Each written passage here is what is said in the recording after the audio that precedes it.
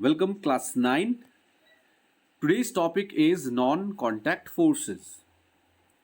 But before we start with the non-contact forces, in the previous video we discussed about contact force, and there is a particular portion which has been left out in that video. So we'll continue with that portion. So contact force exerted during collision. Suppose the two bodies, let's say the body A and body B, when they are moving towards each other, okay, they will collide and they will come in contact and they will collide with each other. So when they collide, the force by which they collide with each other, they because of the forces they will move apart from each other. So after the collision, bodies will move away from each other and they will move away in the same path from where they have traveled from. So here body A was moving initially towards right. After collision it moves towards left, and similarly body B was moving towards left. After collision it starts moving towards right. So this is what the forces come into play, and the bodies will start moving away from each other. So when two bodies collide, they push each other, and equal and opposite forces act on each body and they move away from each other. So this is one of the contact forces that was missed out in the previous video. So please add this in your notes. Now we come to the point non-contact forces. The forces experienced by bodies without being physically in contact are called non-contact forces. So a few examples of non-contact forces are gravitational force, electrostatic force, and magnetic force. Now let's learn about gravitational force.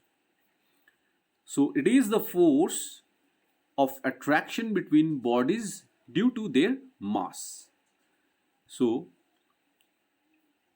example we can take is a body, if it is thrown up, reaches a certain height and then starts falling down. So let's say a body of football is placed at a certain height, then when it is released it will fall down and it will reach the ground because of the gravitational force by which the earth is pulling the body towards its center. So an object falls down when it is released from a certain height.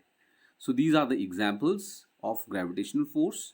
And always remember that a gravitational force is always of attractive nature. It always has an attractive nature. It cannot be repulsive.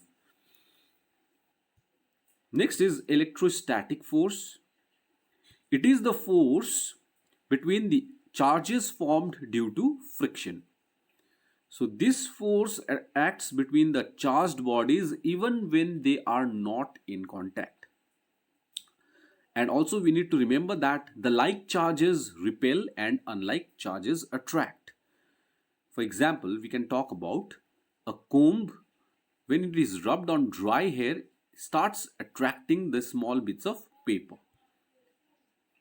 So this is one of the famous example of electrostatic force. Next is magnetic force. Now it is the force exerted by a magnet.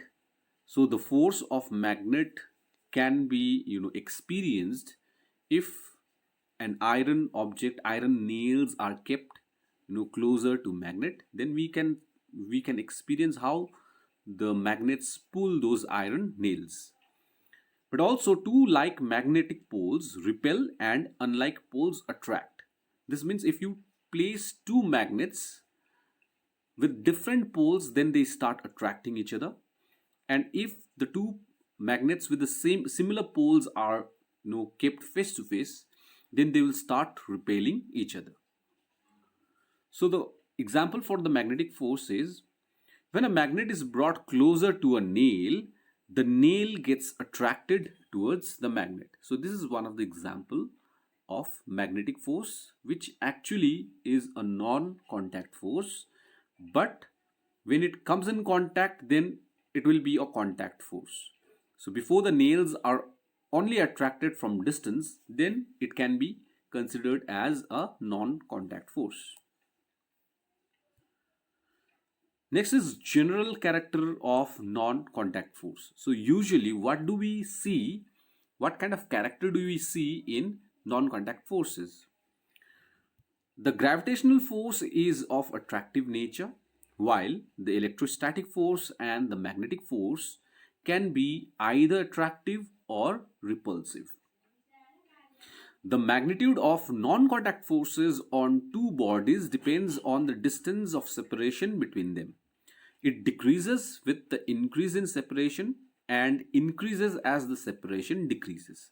This means that if the two bodies are there, and if these two bodies are kept at a certain distance in between them, they will have a certain force, non-contact force in between them, that might be attractive as well as repulsive. Okay, for example, if you talk about a magnets, two magnets kept at a certain distance, then they might have the attractive force as well as a repulsive force. But as this bodies starts moving away from each other, now the force between these two bodies, either the attractive force or the repulsive force, starts decreasing.